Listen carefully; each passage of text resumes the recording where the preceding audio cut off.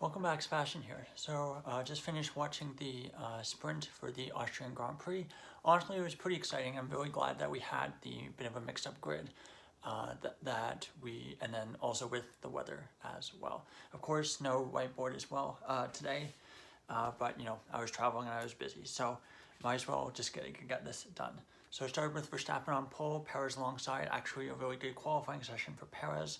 Obviously really tough sprint qualifying for Russell and Hamilton. There's rain falling and drivers were all but except Bottas were starting on inters. And as the formation lap finishes, Bottas comes into the pit lane to switch to intermediate tires because it was just too wet. Lap 1, Perez actually takes the lead going into the first corner, but then we have this really exciting sequence going all the way up to the hill, turn 3, as well as down to turn 4. And Verstappen kind of cuts him off and forces him to go very deep into turn 3, which kind of forces all the other cars behind to slow down as well. But Verstappen retakes the lead at turn 3 for the sprint. And kind of from there, he kind of never really looked back. And then at the same point, Hülkenberg got past Perez at turn 4 because Verstappen was forcing Perez to go wide. It allowed Hülkenberg to kind of slip through into second place. So then we kind of had some battling for position, but not a ton of action going on afterwards. And then on lap 6, we had some good battling between Ocon and Leclerc as well, and that was a good scrap that we saw through pretty much the whole race. Lap 9, Russell goes for a move on Magnussen as well, so that was a good move by him. But eventually makes it stick at turn 3 on that lap. The following lap, his teammate follows through, Hamilton passing Magnussen at the same corner, turn 3. So the Haas's were starting to suffer a bit on pace. Sorry, I'm just going to try to sit in a slightly more comfortable position here.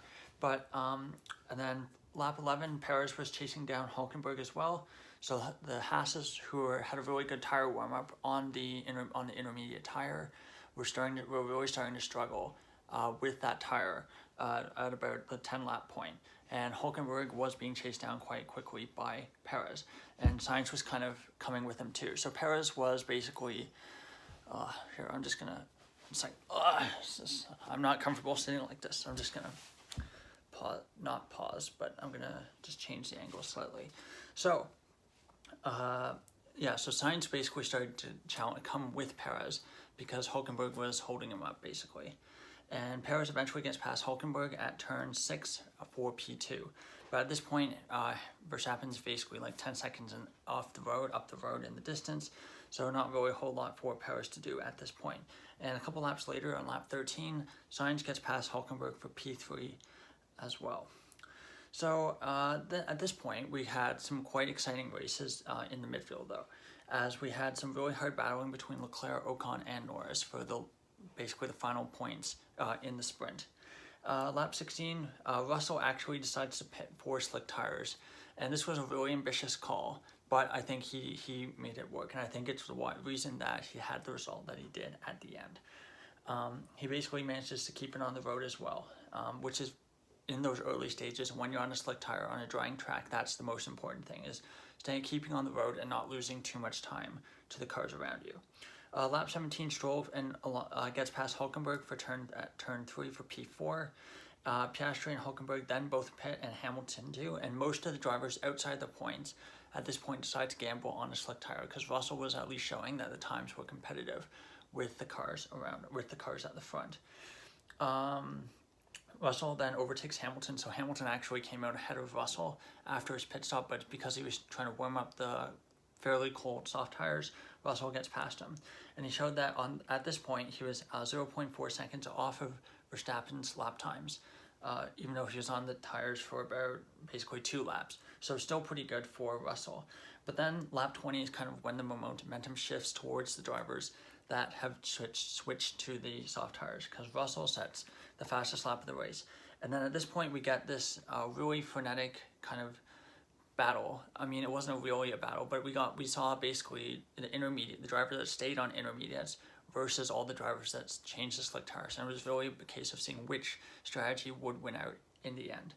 Lap 23, there was 11-second gap between Hulkenberg and I believe Norris, who was the last driver not to pit for new tires. And then Russell eventually gets Norris as well, and right behind.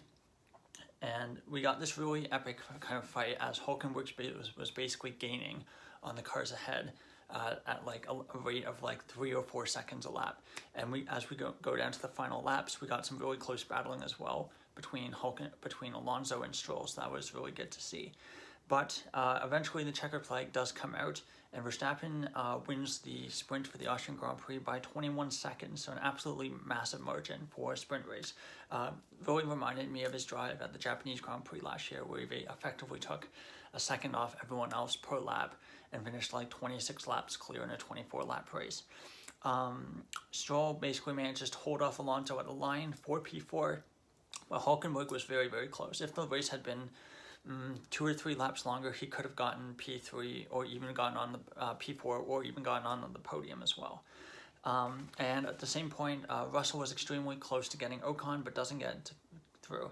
So the final result was Verstappen P1, Perez P2, Sainz P3, 4th Stroll, 5th Alonso, 6th Hulkenberg. Absolutely epic result for him.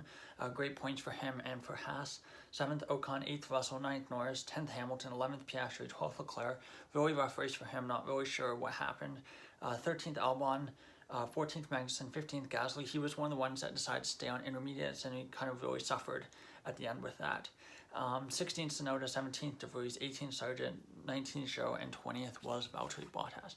I'm not going to bother with the championship standings because we know after today's Grand Prix it will completely change, so there's not really much point in doing it, especially as I'm doing this video so delayed. But that's all for my recap for the sprint for the Austrian Grand Prix. I thought it was actually a really exciting sprint, and because it was on most of it was a wet dry race, it'll probably be very different from today's race, where the grid will be very different, and I think it's supposed to be dry. I'm not really sure, but I guess we'll find out tonight. So thank you so much for watching, and please catch my review for the sprint, which will be out, of course, right after the Grand Prix. I promise it'll actually be after the Grand Prix this time. All right, thank you so much for watching. Goodbye.